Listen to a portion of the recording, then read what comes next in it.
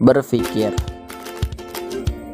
Berpikir adalah fungsi kognitif yang memungkinkan seorang untuk mempresentasikan dunia sebagai model dan memberikan perlakuan terhadap secara efektif sesuai dengan tujuan, rencana, dan keinginan.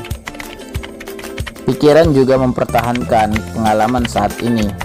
Hal tersebut dilakukan dengan mempertahankan agar pengalaman kini dan masa lalu sebagai pengalaman yang terpisah. Pada hakikatnya, berpikir merupakan ciri utama bagi manusia untuk membedakan antara manusia dan makhluk lain. Dengan dasar berpikir ini, manusia dapat mengubah keadaan alam sejauh akal dapat memikirkannya. Berpikir disebut juga sebagai proses bekerjanya akal. Manusia dapat berpikir karena manusia berakal. Akal merupakan intinya sebagai sifat hakikat, sedangkan makhluk sebagai genus yang merupakan dat, sehingga manusia dapat dijelaskan sebagai makhluk yang berakal. Pertama, dia memiliki rasa ingin tahu yang besar. Kedua, senang bertanya. Tiga, imajinasi yang tinggi. 4, berani menghadapi resiko. 5, senang akan hal-hal yang baru. Pertama, jadilah penjelajah pikiran. Kedua, kembangkan pertanyaan. 3, kembangkan gagasan sebanyak-banyaknya. 4, hancurkan kebiasaan lama. 5, gunakan imajinasi. 6, isilah sumber inspirasi Anda.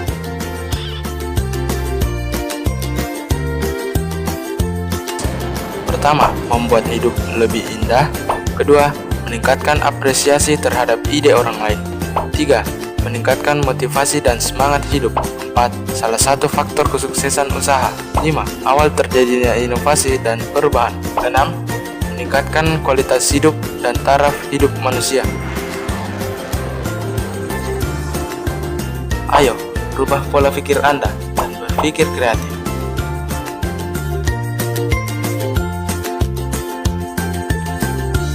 Intelijensi, kecerdasan pikiran. Dengan intelijensi, fungsi pikir dapat digunakan dengan cepat dan tepat untuk mengatasi suatu situasi dan untuk memecahkan suatu masalah. Menurut Webster, intelijensi adalah kesanggupan jiwa untuk dapat menyelesaikan diri dengan cepat dan tepat dalam satu situasi yang baru. Perkembangan tes intelijensi pada umumnya. Fase persiapan, yaitu fase di mana para ahli sedang mencari atau berusaha mendapatkan tes intelijensi.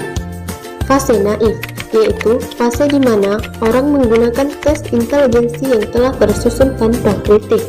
Fase kultur free test, yaitu fase mencari tes yang bebas dari pengaruh kebudayaan. Perkembangan tes intelijensi modal Binet. Sejak akhir abad yang lalu, Alfred Binet telah menjadi salah seorang ahli psikologi yang terkenal. Sejak tahun 1890-an, ia telah mengadakan usaha-usaha ke arah penyusunan tes intelijensi. Fase Whistler mula-mula diterbitkan pada tahun 1939 dengan nama Whistler Believe You Intelligence Skill, bisa disingkat WIB. Dengan makin populernya tes intelijensi sebagai alat untuk mengetahui perbedaan antara individu yang lain dipandang dari segi intelijensi, maka makin tersalahlah kebutuhan akan adanya tes intelijensi yang sesuai untuk menetes orang dewasa, dan ini mendorong banyak ahli untuk berusaha menyusunnya. Faktor-faktor intelijensi. Faktor yang pertama adalah faktor bawaan. Biasanya, orang tua yang memiliki IQ tinggi kemungkinan besar akan menurun kepada anaknya. Anaknya juga akan memiliki IQ yang tinggi, bahkan bisa lebih tinggi dari orang tuanya. Faktor yang kedua adalah faktor lingkungan. Misalnya, gizi yang dikonsumsi sangat berpengaruh pada perkembangan otak.